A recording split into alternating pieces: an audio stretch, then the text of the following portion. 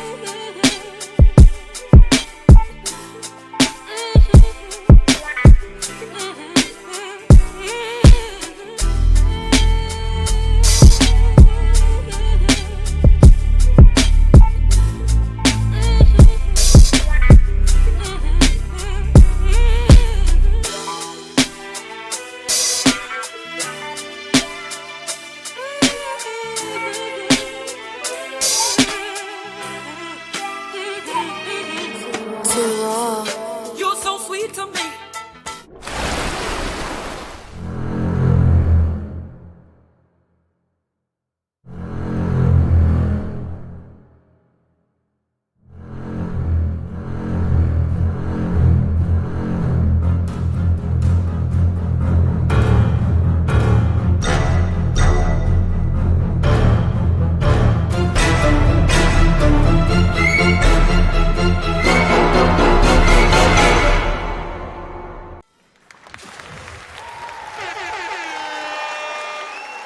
Yo. What is happening, man? What is going on? What is the deal with everybody in the building, man? You back for another Turf and Rundown show, man. Y'all know what it is, man. What's the deal with our peoples? And Unc, man, what's going on, man? What's Yes, the sir. You. It's a Monday. It's Turf and Rundown day. I'm excited, bro. I'm ready to get this stuff cracking, man. I'm ready to start talking that talk. It's a lot to talk about. 100%. 100%. It is definitely a lot to talk about. Shout out to everybody in the building, man. Shout out to we're gonna get a time stamp down. You know what I mean? Usually we did have a time, but right now we just winging it right now. All right, we trying to figure out what's best for Turf and Rundown, but we here, man. Regardless of it, but shout out. I know there's some other people live right now, like my guy Jay, but shout out to him. You could be getting views from anywhere else, but you coming in and viewing it with you guys, man. So we appreciate it. Turf, man, what's been going on over the weekend? Anything that's caught your eye, man? I know it's slow in Raider land now. It is slow. What I'm gonna tell y'all what's caught my eye is Texas track and field. I'm just letting y'all know, man. it's something different out here. Y'all know I have no Texas time. is crazy with that. Bro, I mean the specimen that I keep running into. Every meet I run into somebody that you know. This week it just so happened that it was Jamal Charles. Shout out to Jamal Charles. I mean, that's crazy. Bro, I mean, and that's this crazy. is every week, ladies. Every meet is somebody new. If you didn't know Marion Jones and her husband, they raised the kid here who's at UT on track. They was part of this AAU thing for decades. I didn't know about any of this, right? Because this is my son's first year running track ever for anything. So when I tell y'all it is real out here, you think football is serious out here? Bro, track and field, it's a whole nother level. Oh, yeah, I can only imagine what's up with the track and field. Honestly, bro, that's kind of wild though. Jamal Charles, look, he played for the enemy, right? So he sure did. Minimal nice words that we can say about Jamal, but you know we do gotta say he was nice, man. In his time, he was nice, bro. Yes, so can't be mad at it. Absolutely. So you do have the. You already know what we gotta do, man. We gotta give a big shout out to. Yeah, I got it. We good. We give a big shout out to people in the chat real quick, man. You already know what's up, man. We already got some chats up in here, man. So we already got some people tuning in. We got our guy Dre for show in the building, man. What's going on? Dre for show. Salute, Illy Davis. Appreciate you for coming through. Hope you enjoy the show. We got one too from Cuz got in here early, so let me just flex this one. Shout out Steve Jones. Oh yeah. Please, like we used to do. I heard JB, Jacorian Bennett, was playing with the second team last week. Interesting. Dog, we got to talk about this. That's what I said. We might have to talk about this. Marcus Banks is in the we got some stuff on the. Yes, sir. We got some good topics on deck, man. So make sure y'all stay tuned. Make sure y'all tapping in with the conversation as always, man. Y'all know what time it is. Billy Davis is in the building. What up, Billy? Our brother in the building, man. What up, man? You Chris already know Chris is in the deal? building. Hey, and don't forget, Rundown. You can select these too, and they'll pop up on the screen. I'm doing it now, but whenever you see something, just click on it if you want. But shout out to Chris, my dog's best Raider duo on the tube. Yes, I like sir. it, bro. Yes, sir. I like it. What's Raider going on? Paul in the building. Raider Paul. Raiders. What's going on, big dog? One more big one, man. Always supporting Chewy's NFL games and moves. Yes, sir. Raiders. What up, Jesse? What up? Myra, and then, of course, Myra in the building, man. We got to give a shout out, man. You already know. Always. Viva Selly is in the building. Yep, Viva Selly in the building too, man. What's going on, man? Do we say what's up to Jason Downs, man? What's going on, big Jason Downs in the building. Yeah, I think we got everybody, man. Yes, and yes, we was late, Dre. We was late. Yeah, you know. Yeah, but you already know. You know, we got some things we gotta take care of around here, man. You already know what time it is, man. Sometimes the time can be fluid. It's gotta be fluid. Yes, sir.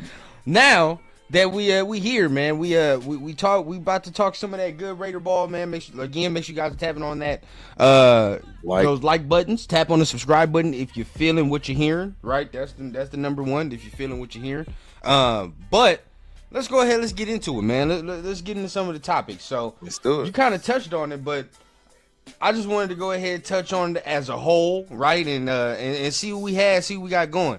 Now, OTAs week 2. Right, started last week, so a little more news to touch on, a little bit more plays being made, right? But I do want to start with what we just talked about, right? And that's JB. That's JB. Yes. Because I just talked about it on Saturday, and I'm gonna pose a question for you in the chat, right? Do you think that there is a role for Jacorian Bennett on the team right now? Do you believe that there is a role for Jacorian Bennett on the team if we're talking about Pete Carroll style corners, right? Caveat. If we are talking about the type of corner that Pete Carroll likes to have, rephrase the question. Yeah. Is there a role for JB on the squad now? Let me know. Hey, rundown. That is a fabulous question. First and foremost, I honestly think, and see, we don't know enough about JB. I almost kindly think we just gave him an anointing somewhat because he had a decent few games. I agree. You know what? His best chance, in all honesty, especially if D can pick up. I know what you're gonna say. His best option might be to move to that slot, bro.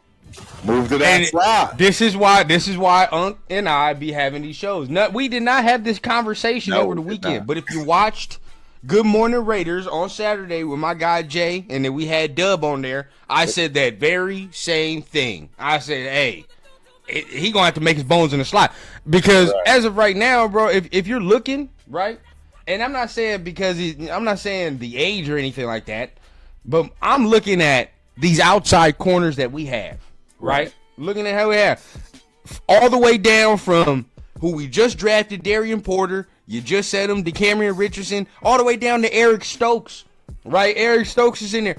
They're all big lengthy, dudes. Right? All of them.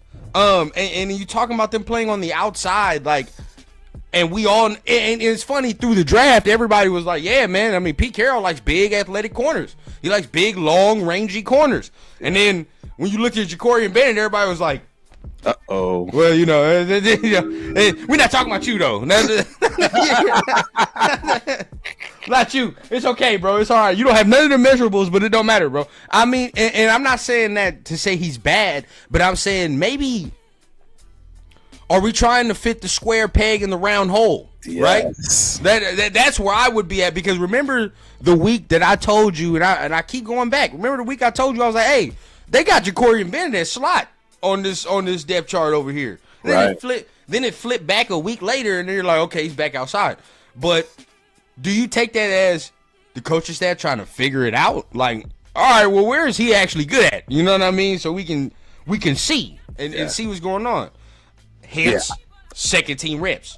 Right. I think you're absolutely right.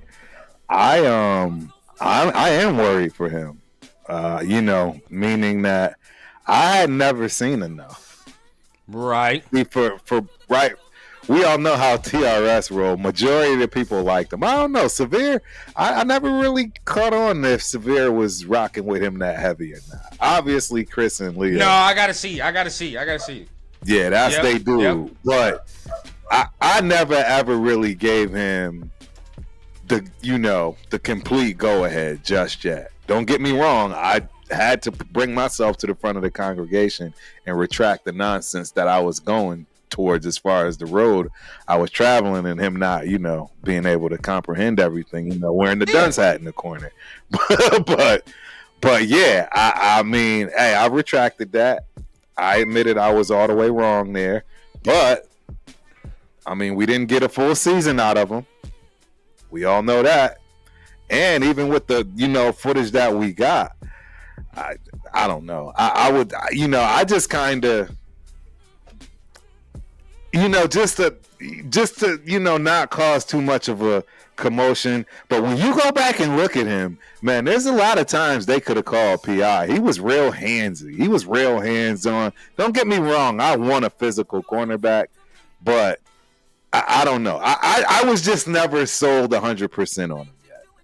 And I think you're starting to see other people feel the same way in the organization. That matters more than we do. So yeah, I'm with you, right? And I'll just go ahead and say I was never like immediately 100% like, all right, cool.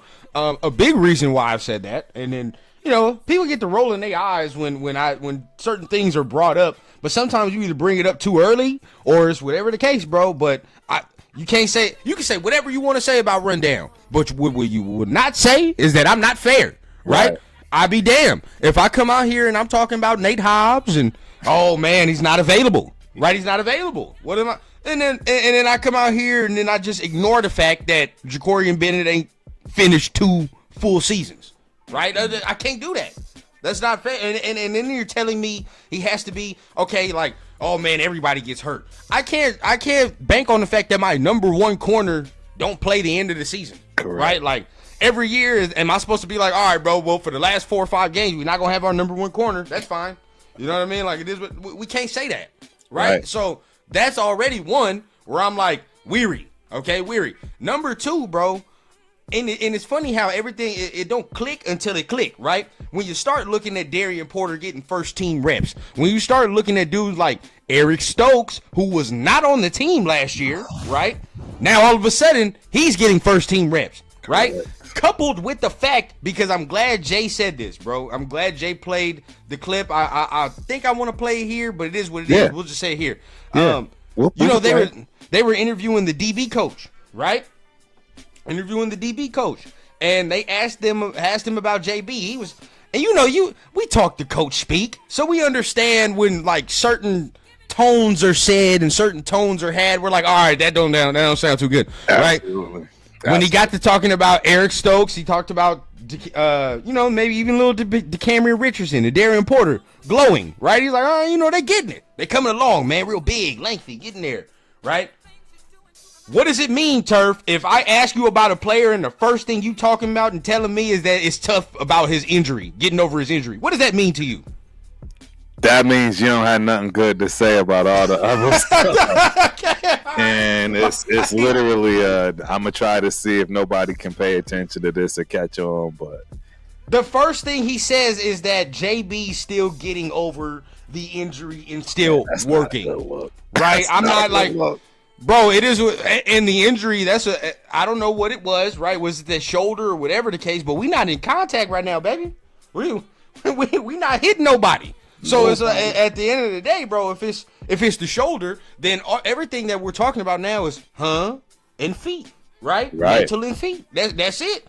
So are you not, again, the scheme changed too. Everybody in even playing field, bro. This is not the same scheme we saw him have success in a year ago. So I know people are gonna like just shove it off to the side, and maybe it is nothing, right? But it's the off season, and we got to talk about certain things that if they do arise, we're like, well, this shit don't make no sense.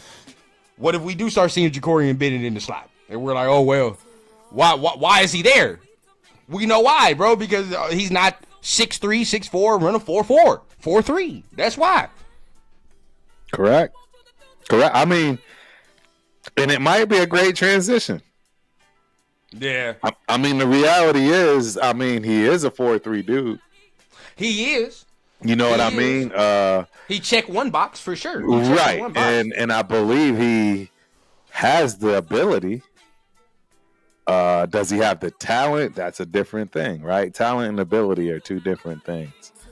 Okay. And it's going to be tough to go from corner to slot. Right? It's going to be real tough. So do you think we that lost Rundown. He has the that? Oh, there you go.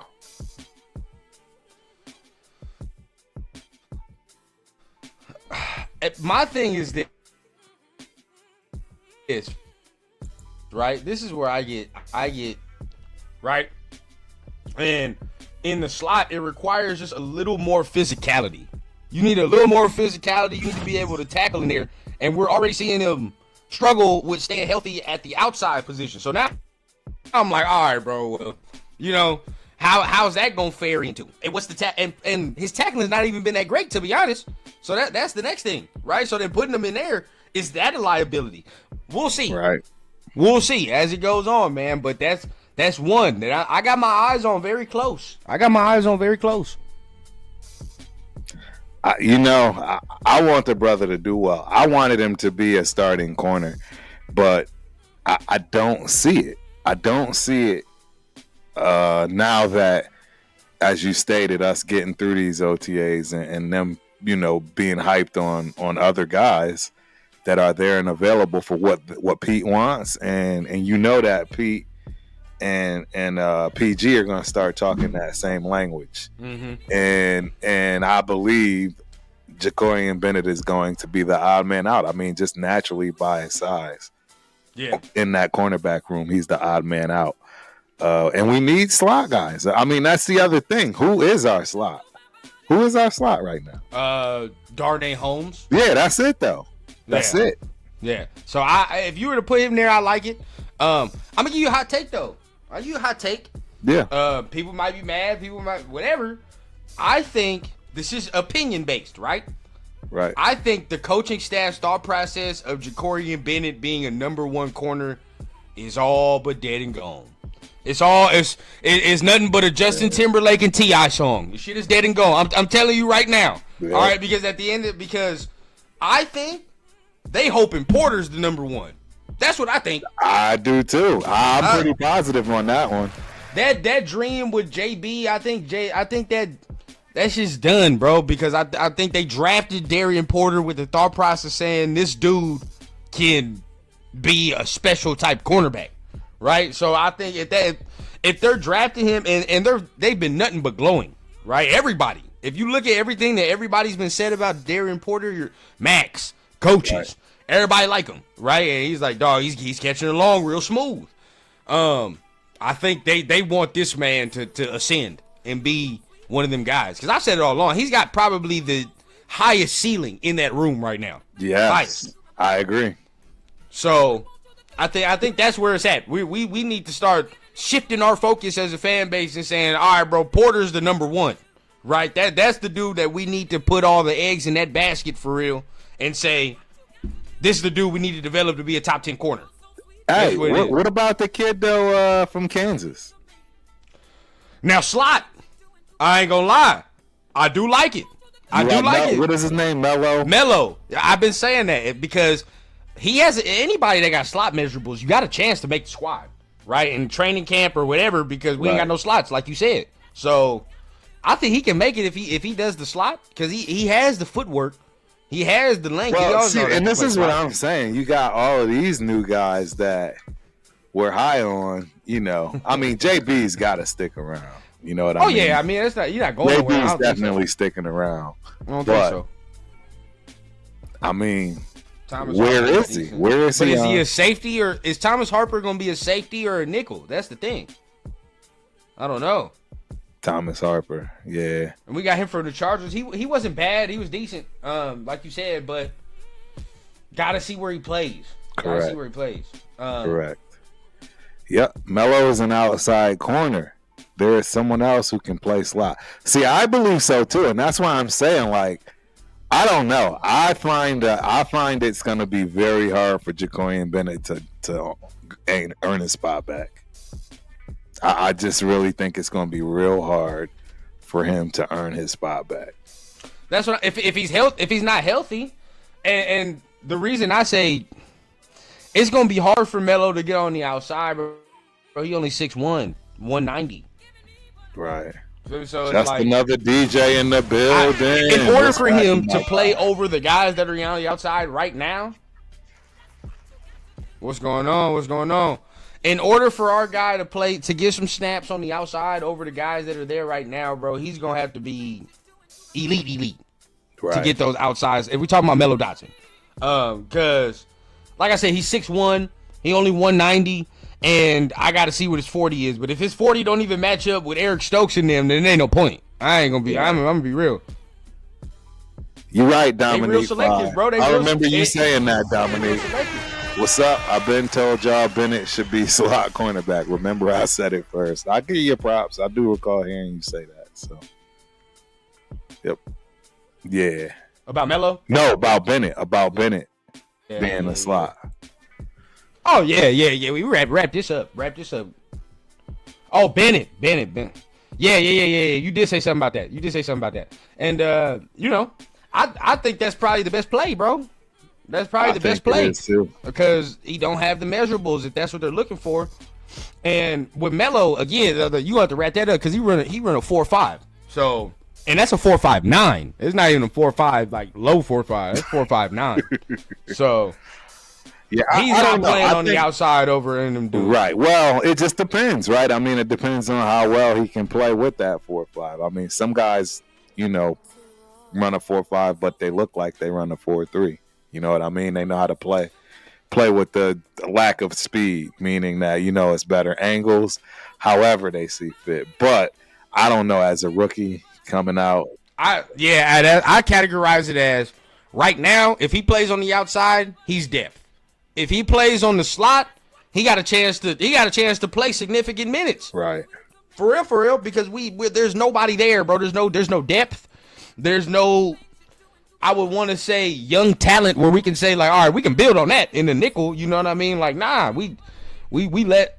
Obviously, we said we had to let that go with Nate Hobbs, right? So I'm not gonna cry over spilled milk. Right. But at the end of the day, like the replacement had to come somewhere. That's just basically it. Absolutely, 100%. I mean, that cornerback room went from being a little dusty to it's all right now. I think there's some serious competition. I think it is. I think it's I don't think it's the weakest link of our defense anymore right now. No. I'll put it that way. Not the weakest. Be honest. I don't know. I mean, our offensive line without Wilkins, I'm a little nervous. Yo, yeah, D-line. Yeah, my bad. Yeah. Our defensive line without Wilkins, I'm a little nervous. I don't know how y'all feel, but we gonna see, man. Because without that, like I said, they got to play well. Shout out to Justin the DJ, like you said, and I definitely agree, man. That's if we're talking about moving him to slot. If you don't tackle well already on the outside, dog, right, it's gonna be tough to go on the inside and do that same thing where the physicality is way higher, right? You got to be way higher. And then you brought this up earlier, handsy, right? Yeah. You can't be handsy in the slot, dog. In the slot. They're gonna get you every time. You out there in the middle. Not with them shifty guys, bro. Like, it's way shiftier, way more room on the slot, dog. You have no room for error. Your feet got to be patient. Right. And your hands got to be patient, bro. Because if you fuck up and you get too handsy, flag immediately. Correct. Right now we on PI, or you miss, right? Or you fuck around and your hands miss, and now you're screwed, bro. It scares me. And what's funny is, before we even had this thought process of putting him in a slot, I remember I was asked about that, and I said, "Nah, I don't think that's a good idea because I wouldn't put. I don't like his game translating the slot. We didn't like it at all. And now that we have him, now that we're thinking about it, if they are thinking about it, it's already not good news for me. It's not good news. Yes. It's exactly what you said when we very first started. They're trying to find a place for this kid, and they just don't see it at the cornerback position. I mean, I really would love to hear Leo and Chris's take on this. I know. I'm gonna get them. The reality is that, I mean, this is coming from the coaching staff. We harped on his past play a lot and kind of, anointed him, if you will, but I was never really one of those. So I am curious to hear all the JB lovers, like, what they really truly feel, knowing what's going on right now. Right. As far as, what's at stake and what he's got in front of him. I mean, we see two big corners right now that easily take 1 and 2. Easy. So where does he get burned? For sure. This is where this is where it gets nasty. So I'm just trying to see whatever what the roster looks like, maybe the depth chart. I doubt they're gonna show the depth chart as of right now. Nah. They gonna wait for that. But I want to see where he's listed kind of right now and see maybe that changes back, or maybe that gives us some clarity about something. But I do want to bring up some other players as well, right? That we think is kind of on the bubble for their jobs, right? Yeah. Because there's a lot of training camp battles that's about to be had, I believe. And we really got to pay attention. So what other player, we'll go back and forth. Is there a player in your mind that you think, okay, yeah, their spot's in trouble? Yes. And if you can't see, we got the title out, breakout year or cut. That's where we're at with this. The number one guy that stands out, and we can elaborate or just kind of brush over him, is Tyree Wilson, man. He's got to have a breakout year, okay, or he's cut. I mean, I just don't. There's no more 100%. Money left. So, and to be honest, what year is Jacorian Bennett in? This is year 3, right? He's got what? 1 more year on the rookie contract. 3. Again, he's somebody that you already see what's going on. They're trying to find somewhere for him to play because they don't believe he's where he needs to be right now. So he's got something to worry about, in my opinion. And then last but not least, I want we can obviously keep going through, but I think your guy Parham, Dylan Parham, man, he's got problems. He is really on the outside looking in right now. I think them automatically giving, what is his name, the kid from Cincinnati, who we aren't all fond of as far as the guard, Kappa. Oh yeah, Grant. I think it's Kappa. Oh, Kappa. Yeah. They kind of slid him into the number one starting slot immediately, effectively, without much. You know what I'm saying? Yeah. Going on. Yeah. So yeah, those are my three big ones. Like as far as you got to show something. Otherwise, it's over. It's curtains. I agree, bro. I 100% agree, Turf. With the list, we'll start with Tyree, right? We can start with Tyree. For him, this is it. This is it. This is the last hurrah, bro. There's no reprieve after this. This is regime 3, right? This is regime 3.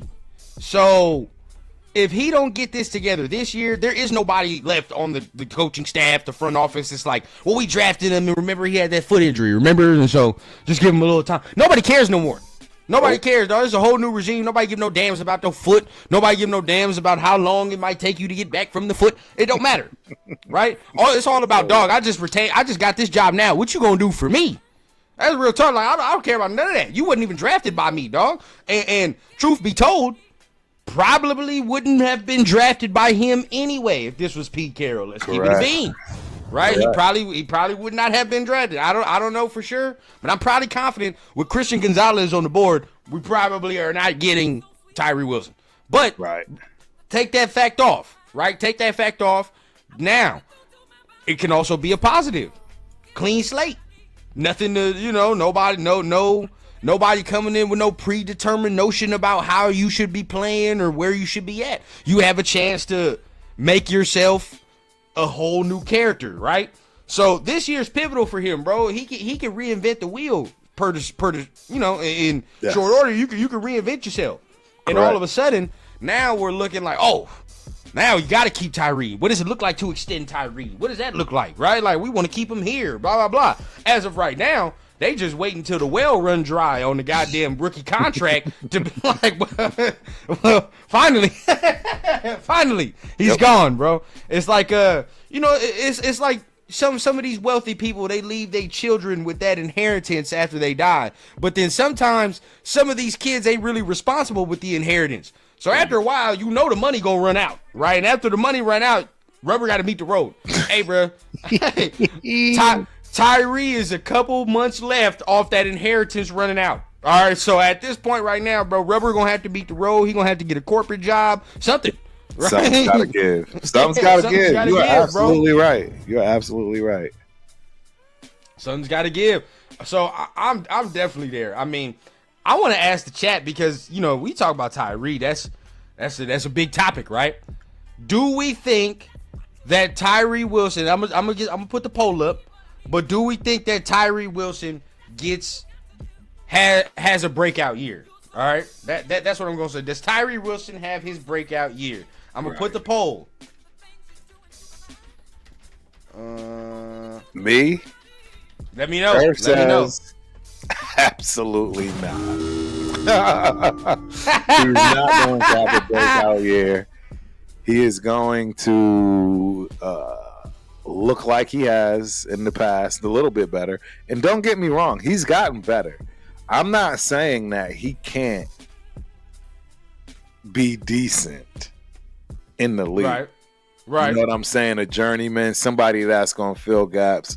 But as a number 7 pick in the first round, nah. It's over. It's over. We've seen all we needed to see. He's gotten more than enough time, and we all know why he's gotten more than enough time. Yeah. And I just don't see it, guys. Yeah. It's a big bust, and it's time to just cut, you know what I'm saying? Cut our losses and move on, because he is taking up a spot. See, that's another person that's one of these tweeners, right? Is he an edge guy? Is he a tackle, right?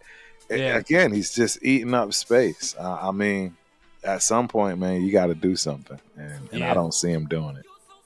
I don't think he is cut this year, but in order, like, this is anybody that's a Tyree believer, bro, this is your last hoorah. Right. That's it.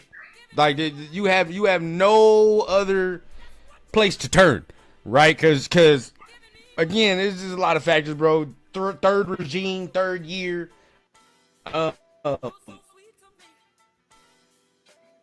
And like, we gotta understand to take a Pro Bowl leap, right? And that, like, at the position that he's playing, it could happen, right? It could, because it's not that convoluted of a position. But what we're asking him, in order for him to make that Pro Bowl leap, that means the talent that we've seen and the skills that we've seen so far is exponentially, right? Like, to the point, right? Like, now this man got 3-4 pass rush moves, and you know what I mean? He not just beating off the swim, or he not just beating off the power. He got a swim in there, and he's got a counter move off of there, and oh my God, he's winning 1-on-1. We putting him on the outside, and he whooping tackle. That is what that looks like. As of right now, he's not displayed none of that. Zero. He's displayed zero of that. Now, I've always said it and gave him his credit. In the run game, he's beautiful. It's beautiful.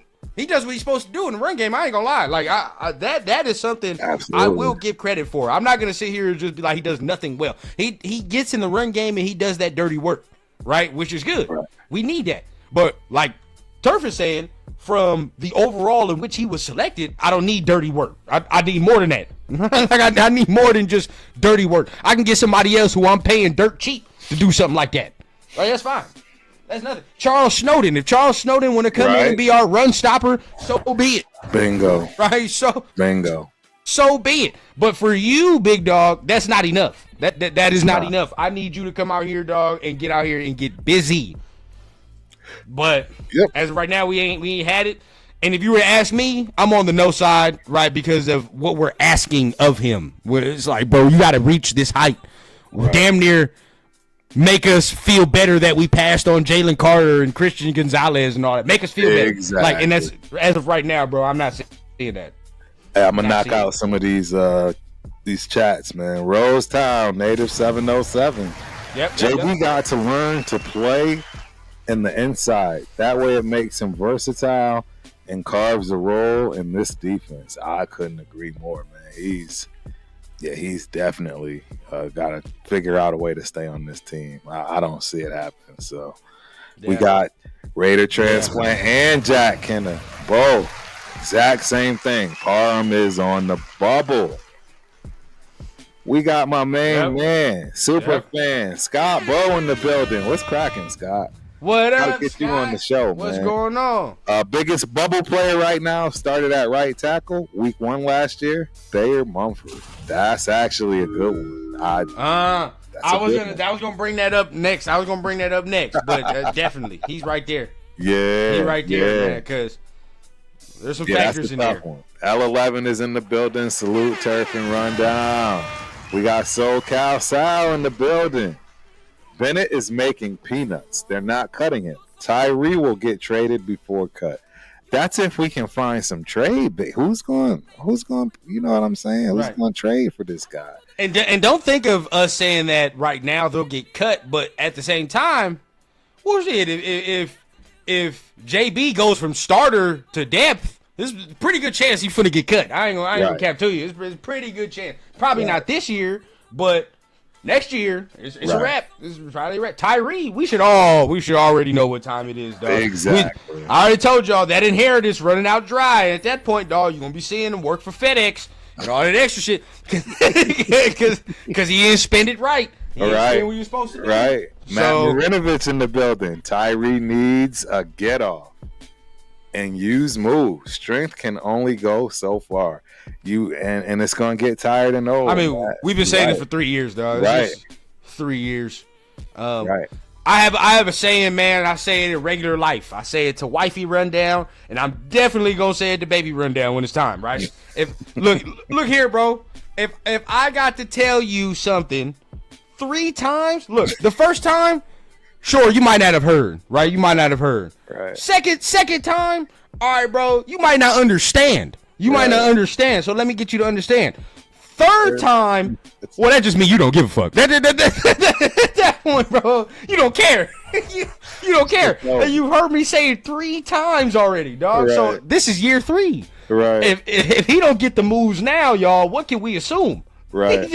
He just don't care, dog. Cause you got Max, you got Rob Leonard, who we all think is one of the best D-line coaches in the league, right?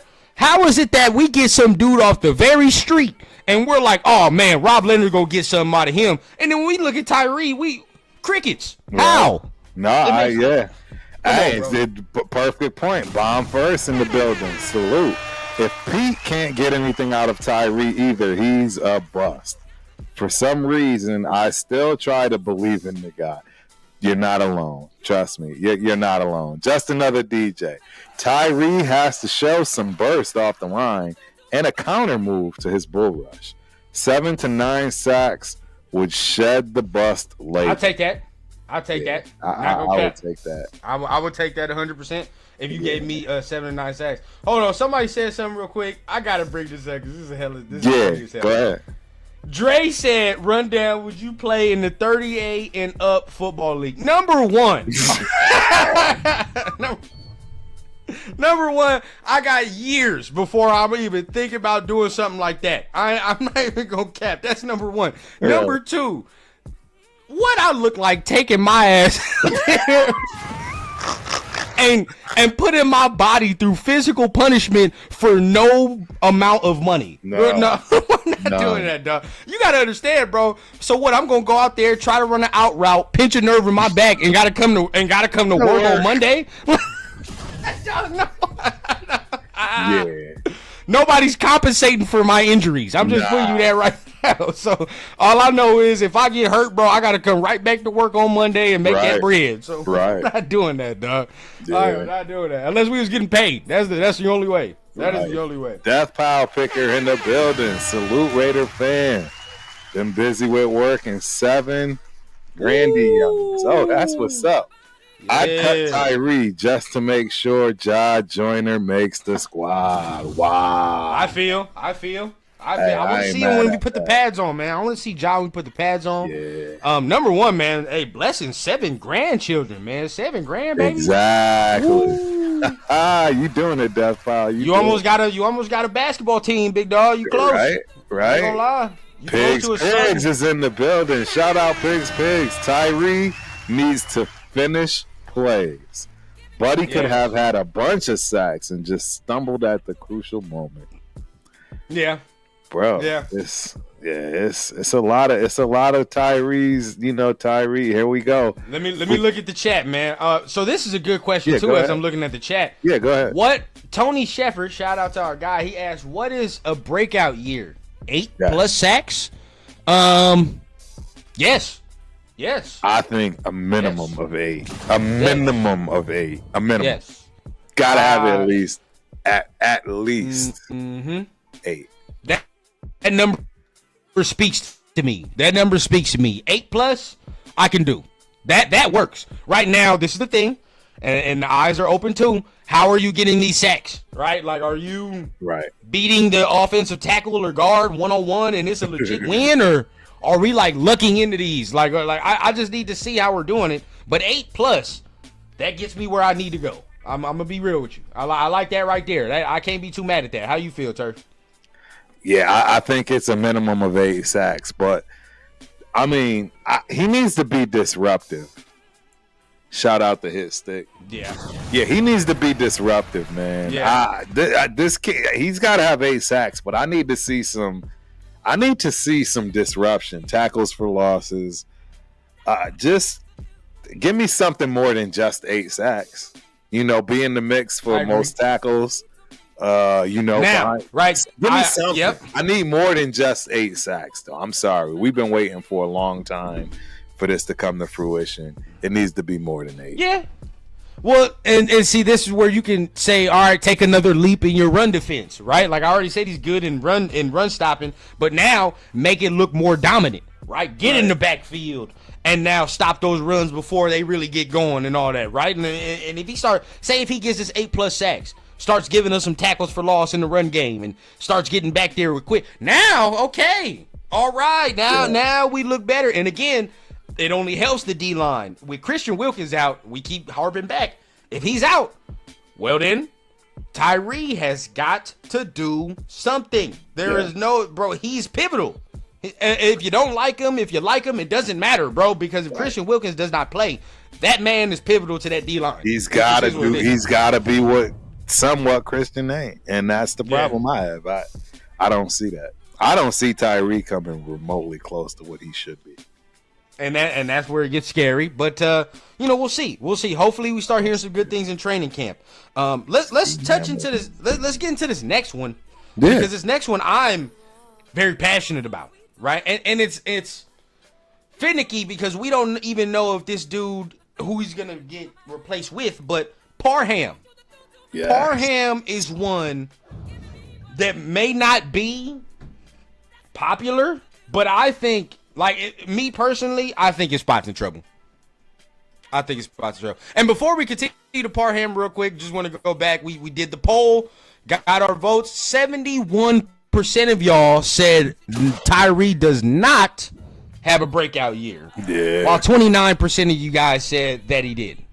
That he will. So, most of y'all think he's not going to have a breakout year. I can't be too mad at that, bro.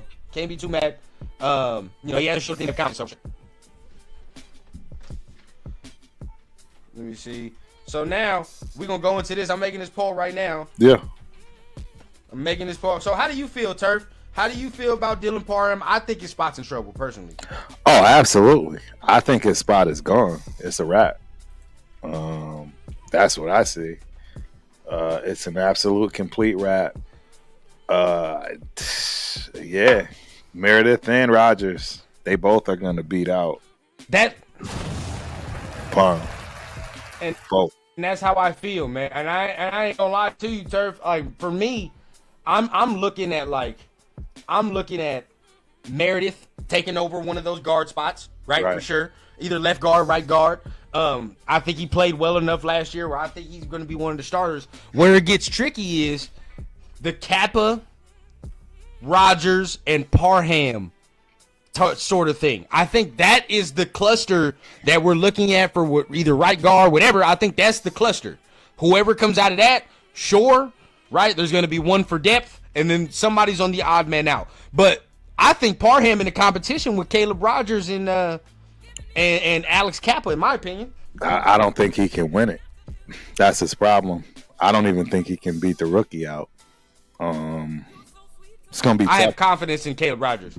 I do too. I like the dog that he's got in him, and that's somewhat what Parham is missing, right? For whatever reason, whether it's his size or lack thereof, right, or strength or lack thereof, right, whatever it is for him, that's a problem, and that's where I think you take the youth, even though it's not much youth, right? It's what Parham is only in his third year, so.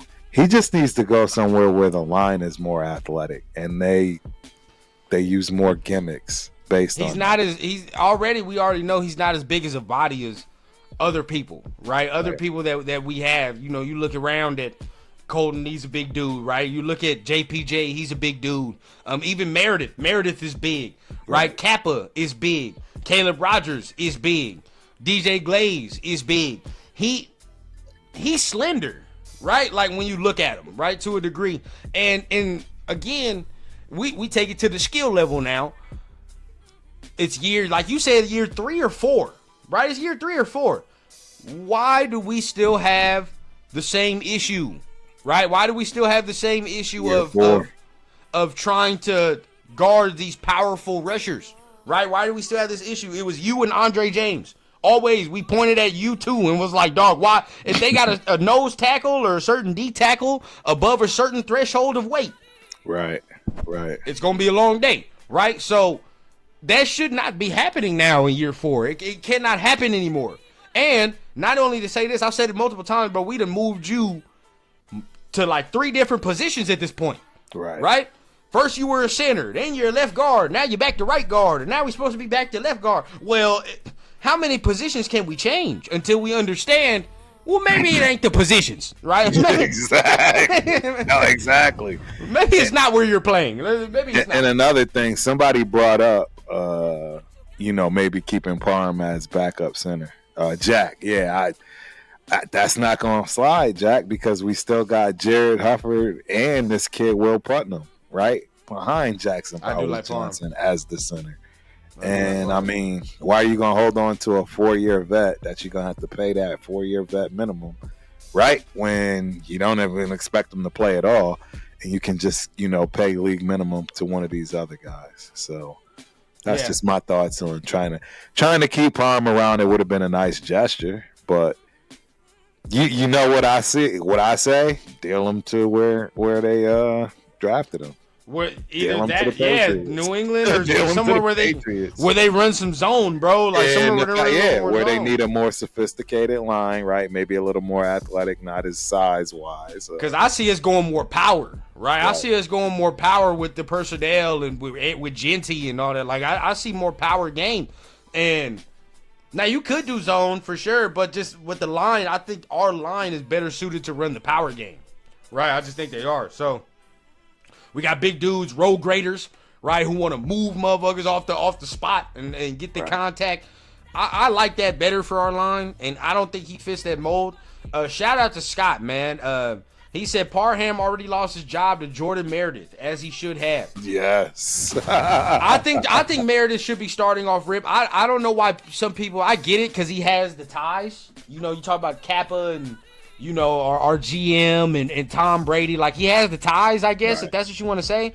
But fuck that, bro. Like, he just came off, like, the worst season he could have came off of. I don't know why everybody's sitting there, like, wanting to slot him into the starter. He's got to work for it, too.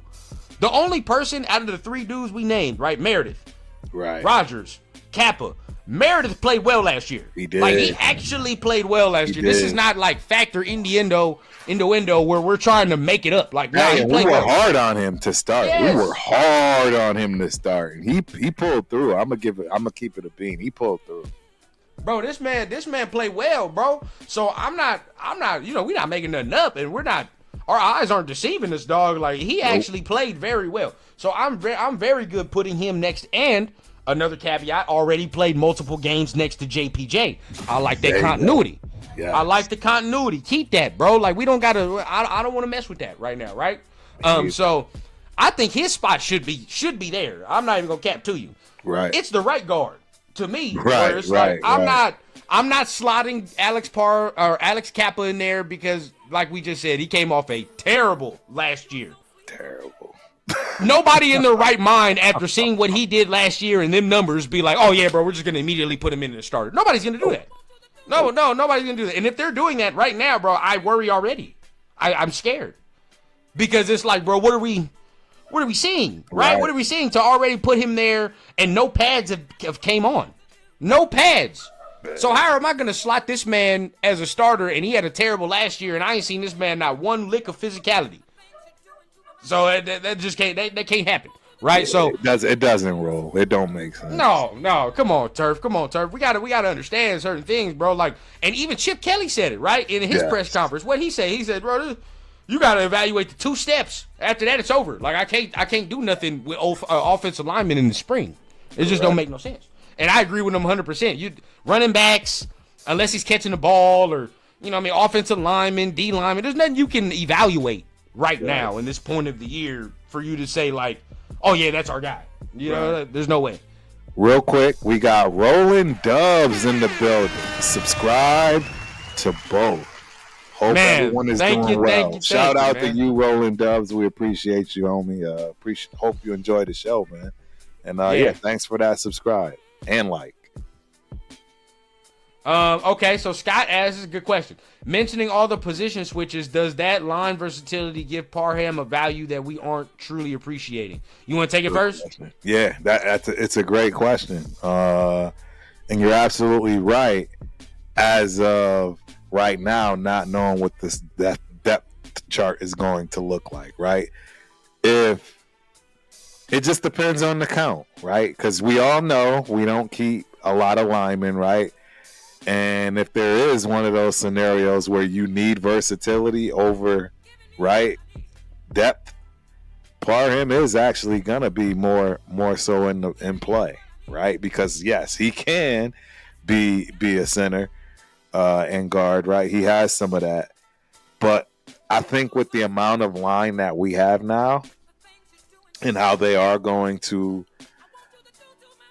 give JPJ a real back, I think one of those guys will be a true backup. As far as the rookie that just came in, or the second year guy that's Jared Hufford. I just don't see where Parham fits. You're absolutely right. This is why I think he will fit on another roster. Yeah. He will fit on another team. And he actually may thrive, right? Particularly in an offensive line where you need more agility, you need more athleticism over power, and strength and straight size. And that's what we're going for. It's obvious we're going for straight size, power, and strength, and not a cute offensive line where you got a lot of misdirection, a lot of pulling, right? A lot of athletic lineman stuff. We're not doing that. To a degree, I do agree with what Turf is saying, and what you're saying, Scott. The versatility gives him the value I think his depth. It gives him that value. Where if you were to make cuts and you're to say like, all right, bro, like who we getting rid of? You probably don't want to get rid of him, right? As to say, man, we got depth. We got a guy that can play 3 positions. If so, cool. If somebody go down in a pinch, we could put him out there. Right. But I think the value decreases if you're starting to talk about him as a starter, right? Because because then what I just said can be turned into negative lights. Well, we done tried you at 3 positions starting, and you ain't been good at none of them. None of them. Like, so you've been decent, right? You've been decent at them, but you're not to the degree of which we like our starters to be. Right. So again, as depth, it gives him a lot of value. But as a starter, it gives him very little, in my opinion. It just gives him very little. Yeah. I agree. Yeah, man, right guard, man. I think we're working there. Parham, Kappa, Rogers. That's the little cluster right there. Whoever comes out of that, to be the starter, you would hope that they worked, they competed. It was a hard fought battle, and then boom, they got that job. So I'm excited to see what that happens when the pads come on, because that's where we got to wait for training camp and all the extra. Correct.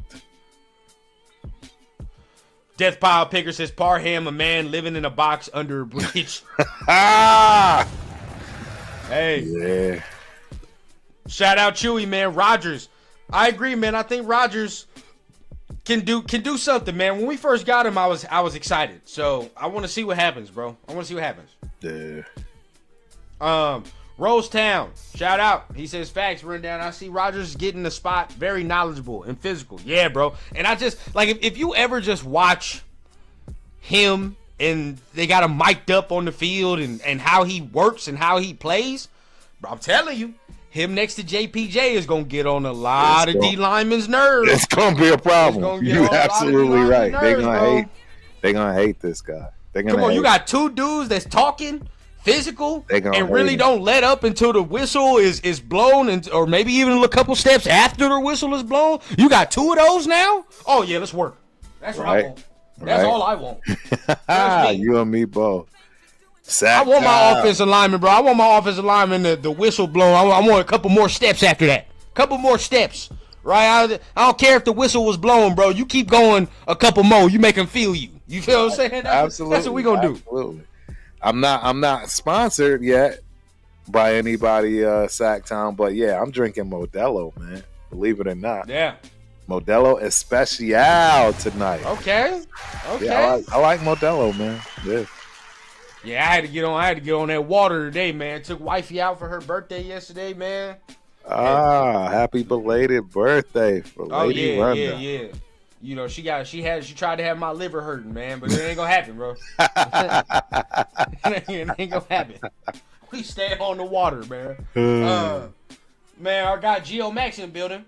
Coaches, Yo, NFL back. positional IQ. If our coaching staff is legit, Raiders go from worst to first in a hurry. Yeah, I agree. Yeah, I mean, and I think the coaching staff can work. I just think there are certain things this year that they're not going to be able to cover up all the way this year. I mean, this is first year of the retool, so you got to give them some grace. A little bit. Definitely got to give some grace. I agree. So let's stay on the O lineman a little bit. I mean, this show right here in particular is us really talking about kind of OTAs, who we hope has a breakout year, who we don't. And, you know, just keeping it smooth this year. Like we said, it's very minimal news. But, you know, still a way to talk that good football talk, man. Make sure you guys are hitting the like button, subscribe button if you're feeling what you're hearing, for sure. We appreciate you. We're an hour and some change in. So we getting it in, man. Might end here soon, but go ahead and just tap in with us. Keep us going, man. Conversation looking good. Yes, sir.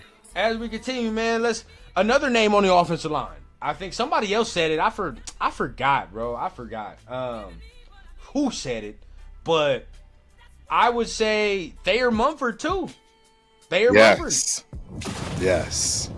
Thayer Mumford, bro. I mean, you just drafted Charles Grant. You feel what I'm saying? At a certain point, you would expect him to take over for Colton Miller. You would hope. Correct. Right? That's the plan. 100%. So if that's the case, bro, as of right now, I would want him to get as many reps as he can. And the only way to do that in year one is for you to be a swing tackle. Right? Swing tackle. Correct. And get that. Right now, Thayer is the swing, but Thayer can't stay healthy. I can't have my swing tackle being injured and shit all the time. That just can't happen. Before we continue, man, we got one of the guys in the building, man. East Coast Gridiron in the building. What's happening?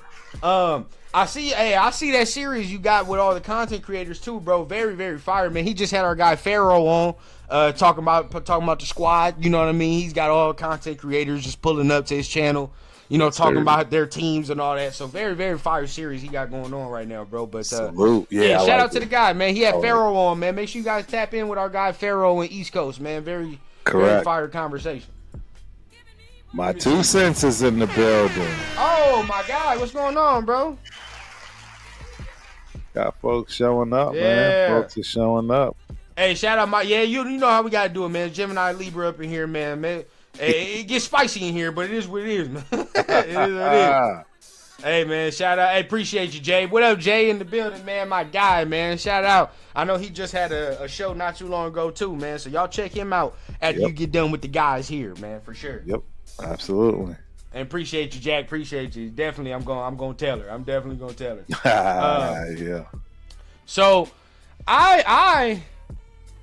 we'll stay on the topic of Thayer, man. And it hurts. It hurts because a year ago, Turf. And this is why I say you can say whatever you want about Rundown, but what you will not say is that I'm not fair. And I don't always assess myself and look myself in the mirror. At a time, this time last year, Turf, I was singing praises about Thayer Mumford. Was I not? Yes, you were. Was I not? Your dude. I said, hey, man, I'm the Thayer Mumford train, bro. I'm putting the coals in. We rocking. But now, how a year changes, bro. First of all, he got a spot taken, number one, right? He got a spot. Let's just keep that a beam, bro. He got a spot snaked. Cause DJ Glaze came in there and swiped that thing right from him. So that happened one. Fella. Just go sit down. And guess what? Guess how it happened, though, Turf? Because his ass was not healthy. Yeah. We just talked about it. If you're not healthy, you open the door for all that. So, boom, his chance at starting is done. It's over. They're not starting anymore. I think DJ got that sewn up. But now, if we're talking about the swing, you can't be no swing tackle, dog, and you're not available. It just don't work. Correct. We need you for the motherfucker that just got hurt. Bingo. How are you going to be hurt and we need you for the dude that just got hurt? That don't make no sense, bro. None. No sense at all. So Charles Grant for me, man. I mean, he coming up fast, sharking. I think he can get him if he has a good training camp. See, so this is the kid from William and Mary that yes. I'm not high on at all. I get you. If we're talking about starting, I'm with you. I'm definitely with you. But swing tackle to get him his reps, that's kind of where I'm at. I mean, he's better off than Thayer. I mean, coming in as a young guy, right? I'll take it, but I wasn't happy with that pick at all.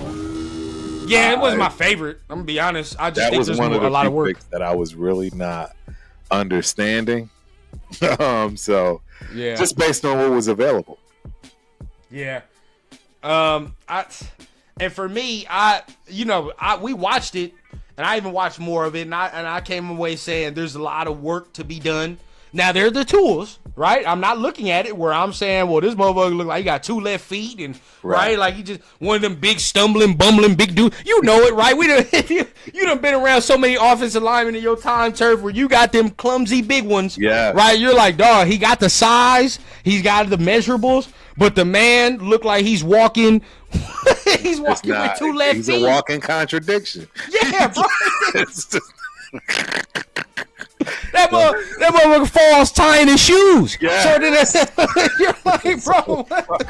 So when it comes to those dudes, bro, on the offensive line, you're like, all right, there's certain things you're not gonna be able to do, bro. You just ain't got the athletic profile. You just too clumsy, right? Now, sometimes they can get it, but when it get like that, it's clumsy. He is very athletic for his size. So that I'm not worried about, right? When you already got that tool in the bag, it's like, all right, well, we just got to build on the strength and and all the extra, which is easy to do as you progress in your career.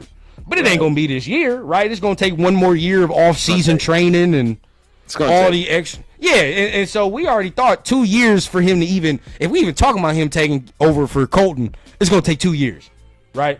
It's going to take 2 years. So, but in those 2 years, I would like to see what type of playing time he can get, right? At least, if we're in a pinch, get in there.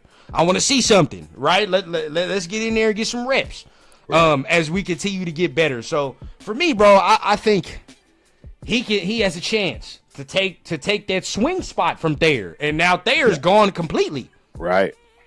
Trade bait for me, bro. Trade bait. Thayer will be trade bait. And he will be tradable. That's the key to Thayer Mumpler.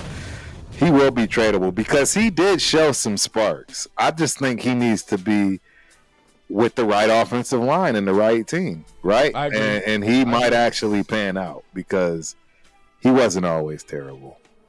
No, he actually showed some flashes. That's why you looked at. That's why you thought, hey, this might work. That's what I'm saying. I don't think Thayer's terrible, right? That's just not where I'm at. But I just think that the ceiling is a certain point where it's not no starter no more. It's not no starter. And two, again, I can't keep you as like my sixth man on the line and you're hurt. It just don't work. You know what I mean? It just don't, especially when I got somebody that I know that the coaching staff has that belief, like in a couple years, I want this dude to start and be a franchise corner piece. Right? So if that's the case, I want him to get as many reps as he can while he waits. Right? Get in there. Let's get it from the actual playing perspective. Right? So, and of course, right, when we get to preseason, that's going to tell us a lot. Who's going out there? At what point? Right? Who's in the second team? Who's in the third? That's going to tell us everything. So, right. Right now we in speculation mode, but Thayer's one of those guys. Jack Henna, here's my take. I actually like the Grant pick over Rodgers. Both play mean. Love ball. I hate when peeps say small school. Howie Long was from a small school too. I'm with you, Jack, but you hate something that we all know when you look at the stats and numbers, it means something. And specifically in terms of a Howie Long defensive lineman in the trenches type player, that is the quintessential difference between divisions. It's not the skill positions. It's actually that offense and defensive line.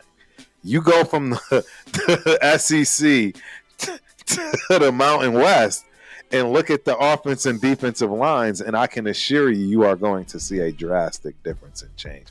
That's really what it boils down to. So, I mean, again, I come from a small school, right? The FCS. And I have to be honest and upfront, man. I'm just telling you that the linemen make a difference in those leagues. They just do, whether you love it or hate it. I don't know any other way to put it. I mean, yeah, it's different when you have to go up against the SEC every week. You know what I mean? It's just different. Yep. Yeah, it definitely is, man. Definitely is. But I'm not gonna put too much stock into school. It was just more of what I saw that I know needs to be worked on. Certain shit that gotta be worked on, bro. So, I just if he gets his strength together, bro, he gonna be all right. I just think that might be. Yeah, if he gets his strength and his his footwork and the ability to play the game fast, because that's the other situation. That's the difference between those lines. See, again, the speed of the game at the FCS in the trenches as opposed to the big colleges, bro, the big conferences, bro, it's just different. Those are things that some people never can get a hold of. That's really what it really boils down to. The speed of the game is so drastic, you just can't get it. And that's what we're up against when it comes to Charles Grant, in my opinion. I'm nervous about that more than anything. I don't care about the size, the strength, right? The speed. I'm worried about the speed of the game, and if that's gonna ever materialize for him. Yep. Well, we definitely just got to see what goes on. Of course, training camp gonna tell us everything. But real quick, man, we had our poll up about Dylan Parham. Does Dylan Parham get his spot taken? 70% said yes, while resounding 29% said no. So there's not a lot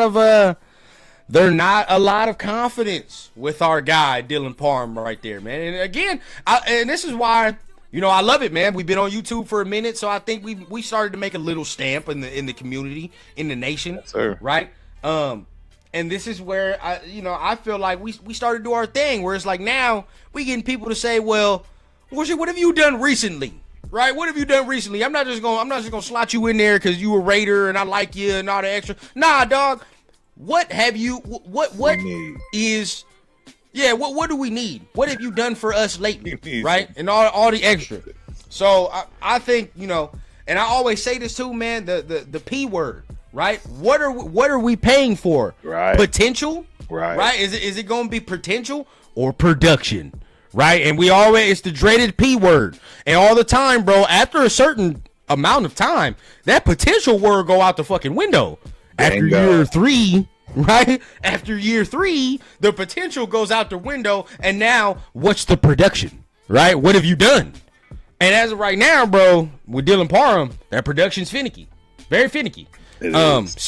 Same with Thayer Mumford, finicky, because you've been hurt, you've been in and out the lineup, you ain't been consistent. So there's that, right? Boom. So now you talk about JB. JB, as far as the conversations we've had today, has most of the grace from everybody, even over Tyree, right? Over Thayer Mumford and Dylan Parham, because he's only in year 3, right? It's going into the 4th year, and that position he has, I think he still has a chance to play because there's still some unprovenness in that room. Right, there's still some unprovenness in that room. You could say for D-line there's unprovenness in there, but they're rookies. Right. They're rookies, though, so it is what it is, bro. They have grace. Tyree ain't got no grace. None. No grace. Butler has no grace either, but it's unnecessary. He doesn't need it. He doesn't need grace. No. At this point, we should expect what we should expect. I mean, he's over 30. You feel what I'm saying? He's a D-tackle. We talking about Adam Butler. I'm not expecting the world. I'm not sitting here trying to expect all-pro, right, Warren Sapp type of fucking season from Adam Butler. I'm not going to expect that. Yep. And see, Scott, this is why I love it, right? Because this sentence sounds eerily familiar to when I was talking about Nate Hobbs. Hey. JB was having a really fantastic season. He was playing fantastic ball before he got hurt. Look, and that's not saying he's gonna get cut, but at the same time, bro, if I gotta keep saying that every year, oh yeah, he was playing well before he got hurt. Yeah. Oh man, he was doing this before he got hurt. Well, right at that point, bro, then there's certain things I just can't expect from you if you're just gonna get hurt all the damn time. Hey, everybody knows I love Nate Hobbs. He was that's the first rookie jersey I'd ever bought in my life. Yep. First rookie jersey I'd ever bought in my life. And hey, somebody already said it earlier. Best ability is availability, and he couldn't stay on the field, man. And I'm nervous for JB too. I'm not gonna lie, I'm nervous for him because I haven't seen it yet. Again, it's year 3. It's tough. It's tough, man, because he's in a bad situation, especially now with this type of defense and how, you know, Pete Carroll wants to play it. And the minute that he misses a jump ball, I mean, you see what I'm saying? Like, the minute that... And I got these other taller dudes that are over here. The minute that our new guy in practice, skies him down the middle, you know what I'm saying? And Thornton said that all Peter's going to see is that he's just too small, little man. He's going to be seeing little man all day. I just get him out of there. Pete's not going to roll with it. I don't know, man. The fact I'm seeing Eric Stokes taking these first team reps, I know it's that's what just, I'm trying to say. I know it's spring. I get it, bro. I know it's spring, and that's what some of y'all are going to tell me. It's spring, Rundown. Like, why are you tripping off him in spring? Because this man was a starter last year. And I'm seeing a rookie and a motherfucker that just got here getting reps over Jacorian Bennett. Why is that? Why? Reps. Right? Like that's not, it's not good. I don't give a fuck how you slice it to me, dog. That's not good. And if you're hurt on the sideline, guess what? This is even worse. If you're hurt and you can't be out there in the spring and you got this motherfucker making plays right now, Turf, everybody that's played ball, you know what time it is, dog. If you're hurt on the sidelines in spring and you're seeing your quote-unquote backup out there making plays, you in the doghouse, bro. You know what time it is, dog. They don't even want to. You know what time it is, dog. They don't even want to look at you if you're not out there competing with everybody else. You about to get snaked. You about to get snaked. And what I mean by that is, right, if you're just like Thayer Mumford. Thayer Mumford was on the sidelines. He was hurt. And guess what happened? DJ Glaze came in and showed the ability. He showed that he can be a starter. Well, fine. Well, if JB on the sidelines and Eric Stokes all of a sudden proves that he can be healthy and does what he does, right? And he had a pretty good season last year. Not saying it was great, but he had a pretty good, and he wants to build on that. Now you just doing nothing but making the coaching staff think twice when they got to make these decisions and be like, well, shit, I do like the way that Eric Stokes and Darian Porter play as a tandem. I do like it. You know? Why would I mess with that? It's just conversation, bro. You got to put it in their ear. Right now, he's letting the coaching staff have those conversations. Correct. That's just what it is. And they should never be had. Agreed. He's letting them get in. He's letting them slip in, man. And Scott, you're right. Agreed. Scott, you've been rocking with Adam Butler from day one, from jump. That's your guy. Yeah, and I know what to expect from Adam. I'm not, I ain't tripping at this point. I already know he's going to give us a very solid play if everything goes into the factory, right? So, I'm not mad at I'm not mad at Adam. I think Adam going to do what he's supposed to do. That's definitely not a guy on my bubble. But I think a guy that's going to be good to end off with, and I think this is a very, very interesting because you can go either way. Right. The guy that's right behind you, 8'7". We talking about 8'7", right? That's the last one. And I think, and to me, you could say it's a bubble, right? You could say it's a bubble, because now we could just say the truth, right? He's never, as long as you're wearing these colors, right, you'll never be a starting tight end again. No. It can sound dramatic. It can sound whatever you want to say, but we all know that's the truth, bro. As long as Michael Mayer is here, and as long as he is a Las Vegas Raider, he will never be a starting tight end again. Ever. No, that's about as long as Brock Bowers is here, dog, as long as he's breathing air, there's no way, right? So at this point right now, you have to be comfortable with the backup role. That's just what he has to say, right? I got to be comfortable being Robin to the Batman because there's no way, right? All right, all y'all that's comic nerds, unless Batman die off and I become Nightwing or some other shit, that's it, right? That's the only way. But as of right now, bro, we just got to play second fiddle and assist Big 8-9 and whatever he needs. You know what I mean? And as of right now, for Mayer, that's dirty work, blocking, right? And getting out there, putting your body on the line. You probably ain't catching too many passes no more. That's over. Where are your thought processes on Michael Mayer and what you think about him? Well, I mean, you need more than one tight end in this. For sure. So, I mean, I think his place is safe. I don't think he's got to worry. We had the best tight end room in all of football. We do. Right, with We do. like I 3 think we do. Mackey winners. I think we do. We got poached, and I don't see us getting any poached anymore. Right? Nah. I mean, we'd be crazy to give up Mayer, whether you love or hate him. It's irrelevant how you feel about him. The kid still got the ability and talent to be at minimum decent. Yeah. We're just dismissing him because of the shiny new object in Bowers that we have. But don't get it twisted, man. Michael Mayer is a baller. He got picked the way he got picked for a reason, and I guarantee you people have been calling about him, and we're not selling him or dealing him for a reason. For sure. How could I? And I'm gonna categorize this in the very the best way that I can. Right. I look at Mayer as one of those good Fords, Toyota trucks. Very reliable. Right. Reliable as a motherfucker. You bro. You like, all right, man. You know what I mean? Like, it gets me A to B. Right. I can have it. Damn near 10, 15 years. You know what I mean? It's straight. But shit always look different where you got one of them Broncos or one of them, you know when them motherfuckers pull up and you like, God damn, wait, what is that? You know, what is that? I like that. That's a nice truck right there. But right, you looking at your old reliable. That's okay, right? It still gets you from point A to point B. It just ain't that, right? It's just not that. So that's how I look at Michael Mayer, bro. You're not Bowers, like. And I even coming out, I still think Michael Mayer can be good, but I still understand there are levels to what we're seeing, right? Absolutely. Brock is just a different tier, different level, right? Nobody in last year's tight end class or this year's tight end class, damn near even the class I'm seeing for 2027. And if my guy East Coast Gridiron is here, he can let me know. Right. I don't see no tight end that look like that man none of them. None of them. And that's the difference, right? Where you're like in your own class, in this tight end class, probably in the year after that, ain't no tight end that's like Brock Bowers, dog. None of them. I don't see that. So that's how you know you got one of them ones, right? With Mayer, his game's a little more comparable. You see some other guys, right, in his game and be like, yeah, I can see some other dudes coming in, being like Mayer, having his type of game.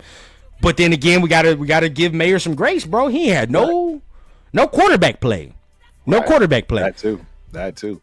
I mean, I'm not gonna lie, and I'm never gonna let this go. And call me whatever you want. I mean, I'll take all the heat for this, but that whole episode he had, that's never gonna sit right with me. And not disclosing. I mean, he should have at least disclosed that it was Scott. Here goes Scott saying the same thing. He said he did miss 6 games, for personal issues. I was gonna bring that up too. What is he gonna give us a full season too, bro? Because right. We gotta have that. If you're gonna be our second tight end, bro, we trying to run these 12 personnel and shit. You cannot. And of course, if it's for mental reasons, I've always said, bro, if it's for mental health reasons, you do what you do, right? You got to do it because that supersedes football, in my opinion. Right. Mental health always gonna supersede the sport. You gotta do that, right? But we cannot go into the thick of it, saying like, bro, there's 12 personnel that we're gonna use for certain teams, right? That Chip Kelly's in the game plan. He's like, all right, bro, I'm gonna use 12 personnel for this squad because we can attack in this way. And then all of a sudden you're not available. That fucks up the game plan. That fucks up what we're supposed to be doing. Yes. Now we have to scheme around because guess what? Ian Thomas could be there, but Ian Thomas ain't Michael Mayer. You say what you want, bro. He's not. It's not even close. Now I got a game plan different. Now if I'm the OC, I got to say, shit, well, now I ain't got him. Now I got to do. Well, you might take out half of your plays. Like, that's really what happens. Your playbook gets diminished. Talk the stuff because you don't have the personnel. We're counting on. Yeah, you don't have the personnel, bro. So now we doing different shit. Now we got to bring in. Every play is calculated, ladies and gentlemen, and everybody has a job to do in every single play. Agreed. QVT. Agreed. That's the way football works. So that for me is where it lies for him. I agree with everybody that if we let Mayer go, there'd be a lot of people that'd be looking for the services. I definitely think we can get some trade bait. He's trade bait, if anything. Let him go, dude. That would just be absolutely mind-boggling. Yeah, I don't think you should because there's one more player I want to bring up, and then we'll pretty much get ready to wrap it up. But and that's because our receiver room's so small or so young, right? So young I'd say you keep your veterans, and he's such a steady piece, man. I think he can be steady. I just don't think he's had the quarterback play to do it, right? There's only a couple guys, only a couple type of players that it does not matter about quarterback play. It just don't matter, bro. Like Brock is one of those. That's why he's different, right? Like, bro, he had 4 different quarterbacks last year. It don't matter. Breaking records still, right? Jacoby, he's getting to that. I got to get one more season, but Jacoby had 1,000 yards, but he had 4 different quarterbacks missed the game, right? So it's like, okay, you proved something to me. You've proved something to me. But everybody else up to this point, it looks like, it's dependent on what the quarterback play can be, what the stability of it is. And as of right now, Mayer ain't had no stability. Zero. Nah. Since he's came in the league. So whether that be of his own volition or of the coaching staff and the organization, but either way, bro, there's been no continuity.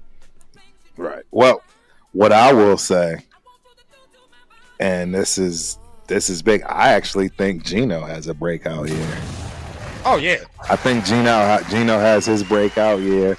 Okay. I think we'll see why maybe we didn't really, hop on Shador, if you will.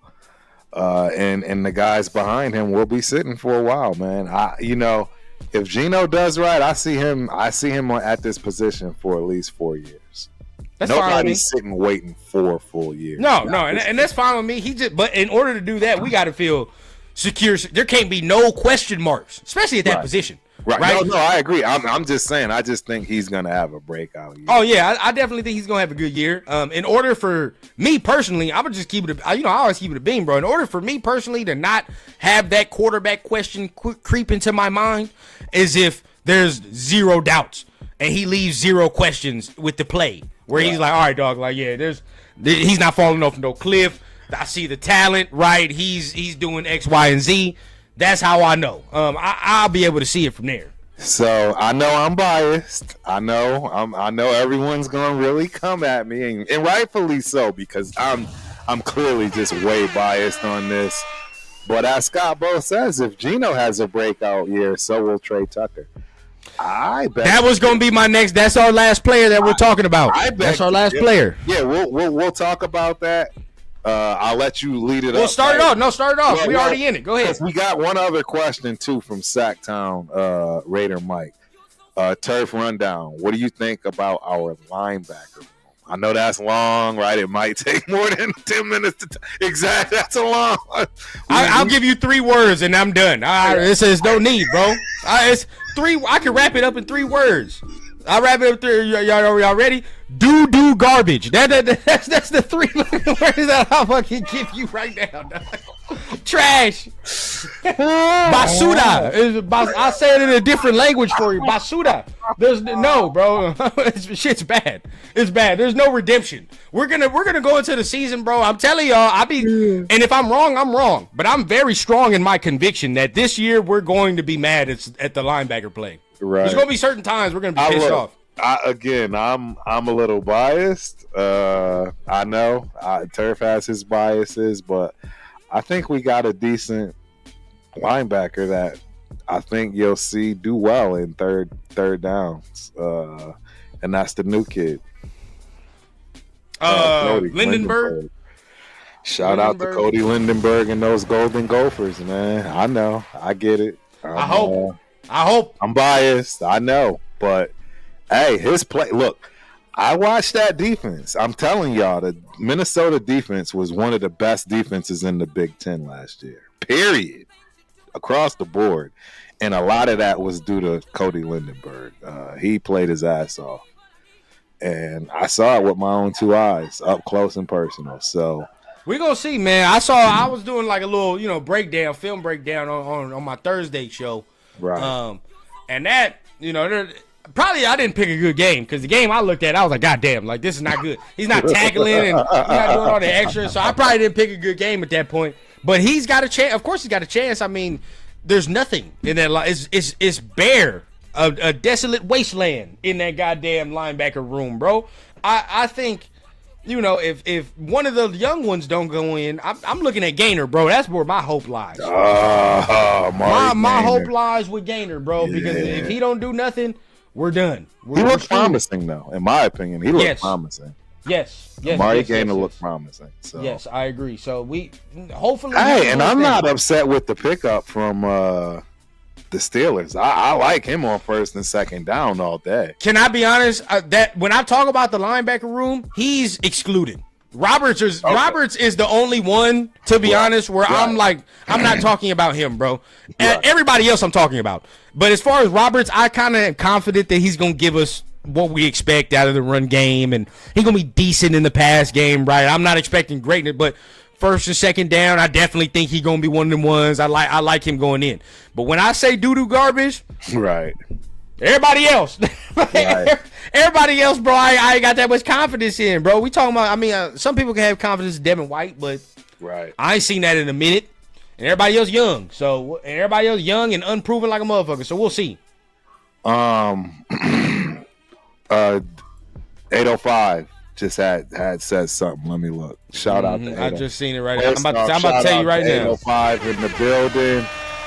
He said, what game did you watch of Lindenberg? So let me tell y'all what game I actually got to watch up close and personal. That was the game against North Carolina. Who plays for North Carolina? Omari and Hampton. And what I'm telling you is Lindenberg, he had a decent game. Yep. I'm going to look right now. And don't get me wrong, because, again, I already told y'all that Minnesota had one of the best defenses in the Big Ten, period. And that's saying a lot, ladies and gentlemen. And Omari and Hampton still averaged 4 yards, 30 carries, 130 yards. He balled out that game. He balled out. Now, what did our defense do, meaning Minnesota? Let me see if I can find. This is offense. We need team stats. Let's see. And as far as what game I you think watched? this is as far as the game I watched, Maryland. Oh yeah. Maryland. Yeah. Maryland. It was the Maryland game. And when I watched the Maryland game, bro, he didn't look that great in that game. But you know, again, like I said, I might just pick. It might have been a bad game. So you know, might have been a bad game. So sometimes you got to just watch maybe more than one game. But off of that one, and there's some more that I got to watch of him too. There's some other games that I got, so I'll tune in with that one. But that game, good. Yeah, that game, it was a great game. 19-17. Cody Lindenberg led the defense in tackles and assists, while Josh Jordan wasn't too far behind. I mean, it wasn't a whole lot, but still, I mean, holding North Carolina to 19. You know what I'm saying, with the offense they had to deal with. Mainly their quarterback, because the Minnesota's quarterback play was horrible all year. Yeah. But that defense, they got some dogs. They had like 7 guys get drafted off the defense, ladies and gentlemen. Yeah. So let's not get it twisted. Shout out Chewy, man. That defense was real. For sure. Hey, we got a super chat. Super chat. Shout out Chewy. Super chat in the building. Chewy's NFL's games and news. Open up that playbook like we in Madden. Fact. Yeah, and that's the problem. See, people don't think about this stuff. They don't pay attention to it. Every single play in a playbook is calculated. It's all set up. There's all rhyme to reason. And when you have a player like a Michael Mayer sit out, it kills your play. It could cut your whole entire playbook in half potentially. That's real. That's the real, man. So no different. And it's worse with running back. Think about if your star running back is out. Now you're like, damn, I ain't got the confidence in this run game. And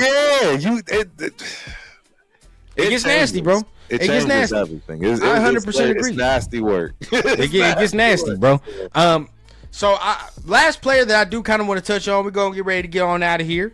But this has been a fire show, of course, as always, man. Yes. You know football season back, man, when Turf and Rundown is back, man. Y'all know what time it is. But I think last player that we'll talk on, you touched on it, man. It's Trey Tucker. As much as I like Trey, I'll go in the limbo. I'll go on the limbo right now. I think the spot is in trouble for Trey. It's to be taken. I think if he does not get it together, knock on wood, hopefully he don't have no injury, right? But there are guys nipping at the heels, bro. He's got to perform, right? Dante Thornton is nipping at the heels. He's nipping. I mean, I don't know. I don't think he's. I think he's got to look at the Tommy Mellets of the team. Tommy Mellott too, man. I mean, there's no way he's even in the same conversation with Thornton and Jacoby, right? And the guys that are absolutely going to be playing on this team. Besh. Besh. I don't see him competing with those guys. I think his number one main competition right now is going to be touchdown Tommy. And I'm trying to explain this in the way. You got to understand, this kid's football IQ is beyond through the roof. And that definitely translates on the field as to how a person plays. I get it. I know I'm overzealous, all this good stuff, but I'm just telling you, this kid, you're gonna see some things, man, and it's because of the football IQ.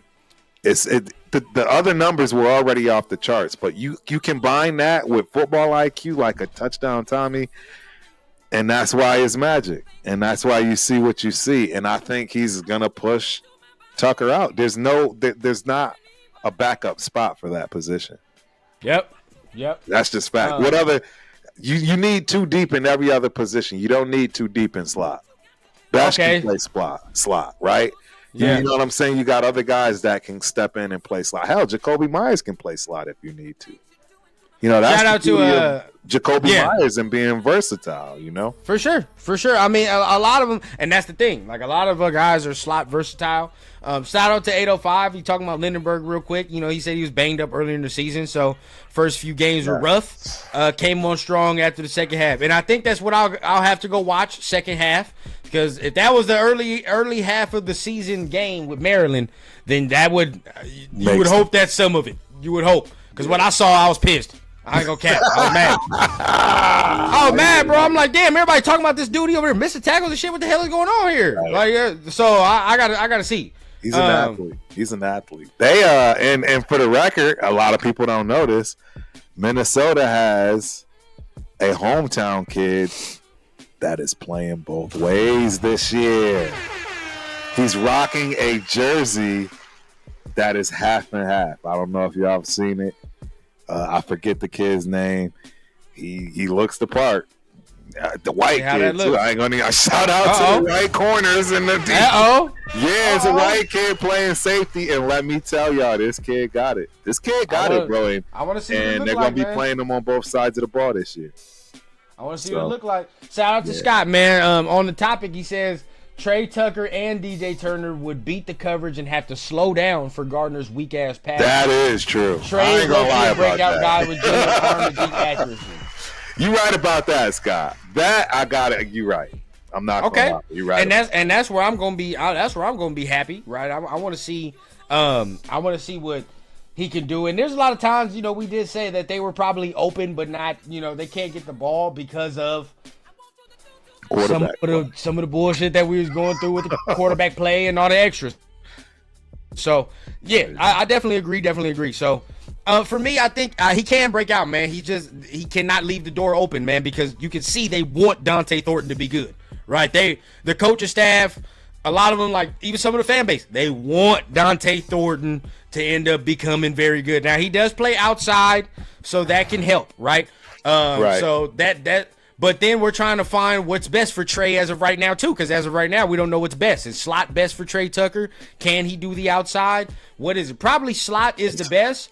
But, you know, Jacoby plays slot. Besh could play slot. So even Bowers can go in the slot. There's one thing we're leaving out, too.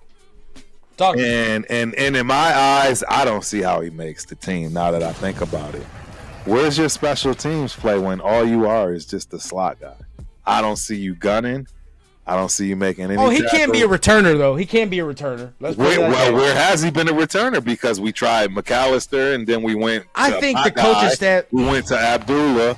No, I'm just saying. Like, no, I get you. But I'll say it like this. My point of that is, when I heard that JPJ story on how he had to literally beg to play center, the last coaching staff, Right. It let me know the coaching staff probably, like most people saying, didn't know what the hell they was doing most of the Yeah. I'm gonna be real. And there were certain times, bro, John Gruden, and I don't know about John Gruden. Let's say not John, Josh McDaniels, right? Remember he tried to put Hunter Renfrow. And we're like, yo, what the fuck are you doing? Why?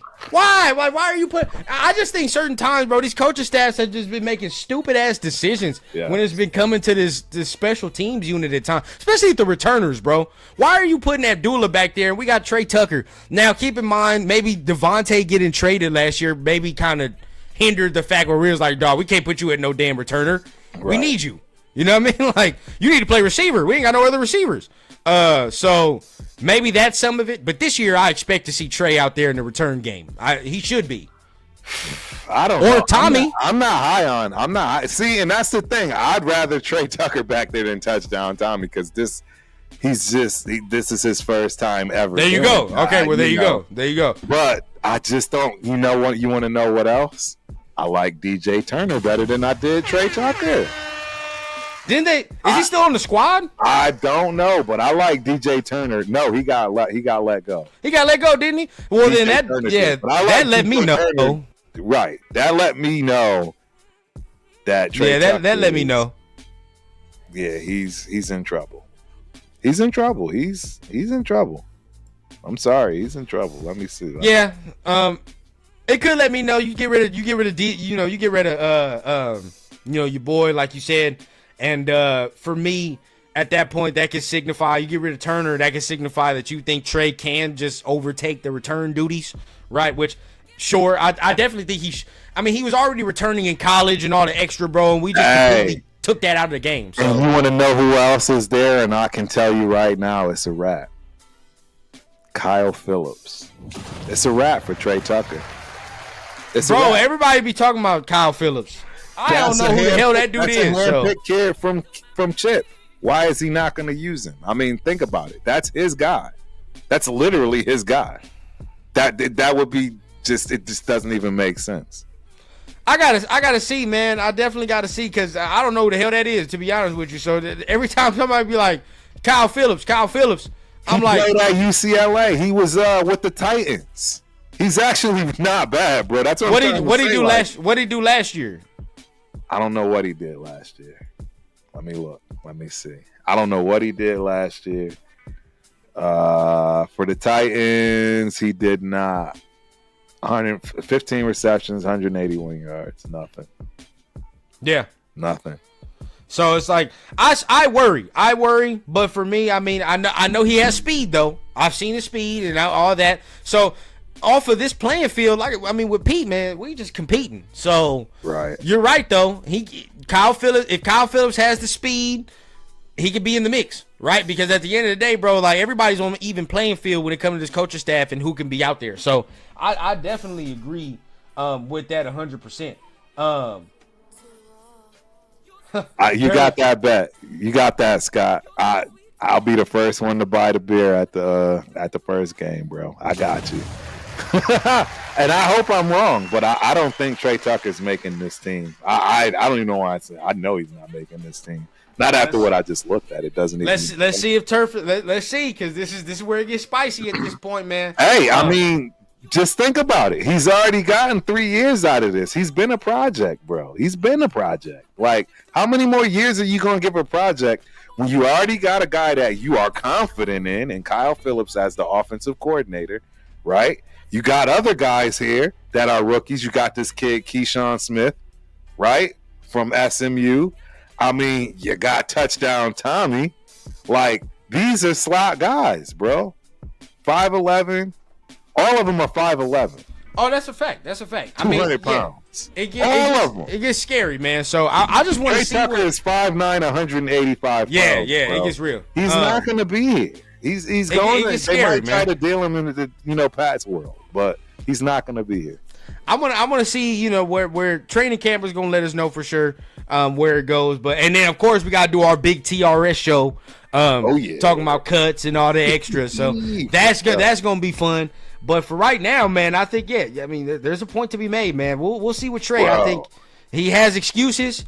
And then there are some excuses where you can say, well, it just don't matter, bro. We got to see production now. Bro, so, we got Dante Thornton at 6'5". We got Jacoby Myers at 6'2". We got this kid, Colin Johnson, from Texas, 6'6". I don't think he make the squad. I don't think he makes the squad either. But but we got Shedrick Jackson, 6'1". Katron Jackson Jr., 6'1". Zachary Franklin, 6'1". Jack Fresh, 6'1". Yeah. Ian Thomas, 6. Oh, he's a tight end.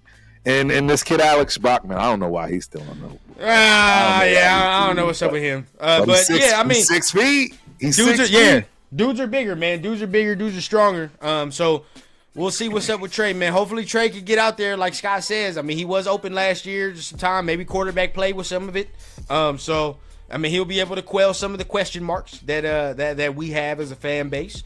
But at this point right now, man, I think it's time. I think that's our show, ladies and gents. That, of course, another Fire Turf and Rundown show. Make sure you guys hit the like buttons, hitting the subscribe button. We're halfway there, Turf, man, to that 3K, man. I'm halfway to that 3K. Let's get him there. We need to get there, baby. Ladies and gentlemen. I'm trying to get there, man. We keep pushing, man. Of course, like I said, giving away that Geno Smith jersey once it is done. So make sure you guys keep tapping in. Tap in with Turf's channel. Tap in with my channel. Hit the subscribe button on both the individual joints, right? If you're feeling what you're hearing. I know you solo tomorrow, right, Turf? Yes, sir. Tomorrow night, 8 p.m. Central Standard Time. I don't know if I have a guest. Maybe I will, maybe I won't. I don't know. I hadn't planned on it. I'll just put it that way. So, yeah, we'll see, man. And then, of course, we got Dead in the Water on Thursdays. And you know what? Wednesday night, for the first time, I think, it may not go. I'm going to put it out there because if it's not Wednesday night, it's definitely going to be Saturday. Okay. But shout out to all of the boxing people. The Knockout Canvas will be starting Wednesday night or Saturday night. Myself, my guy Angelo, and eventually, sooner than later, the guys you all met, my main man, one of my training partners, Nabil Rabadi. So look for all of this stuff, guys. We're gonna branch out into all sports. It's not gonna be just Raiders. But yeah, we got that content coming, man. Yeah, that's fire, bro. That's fire. And pretty soon Rundown gonna get into other types of media. I'm gonna do my nerd shit soon, man, because I want to be getting on my movie stuff. Maybe start a little movie comic channel. I really be on the nerd shit, y'all. You know what I mean? Like, hey, I love my comics. I love getting into shit like that, man. I would love to start maybe a channel talking about shit like that, maybe some gaming, but we'll get into it as we continue, man. Once the baby gives me free time to think about some other shit, I definitely will be doing that. But make sure, as of right now, let's continue. We're going to continue to grow the rundown as we do. Make sure you tap in with the solo show. I think I'm gonna be solo Wednesday night. Of course, we got blunts and breakdowns on Thursday, right? We're going over. I appreciate you. We got Tyree and Ja Joyner this week, so there's a reason for us watching their film together in that episode because we're gonna see what we can get out of the D line. So make sure y'all tap in with that. Of course, Good Morning Raiders Saturday, man. And tap in whatever solo show you see Rundown on, which will be Wednesday, and we'll see what our conversation will be on Wednesday. But tap in. Other than that, you already know what time it is, man. We love y'all. Thank you for pulling up, and we're going to see you next time on a very special Turf and Rundown, man. Thank you, and we'll see you again. Peace. You're so sweet to me. You're so sweet to me. The things you're doing to my mind.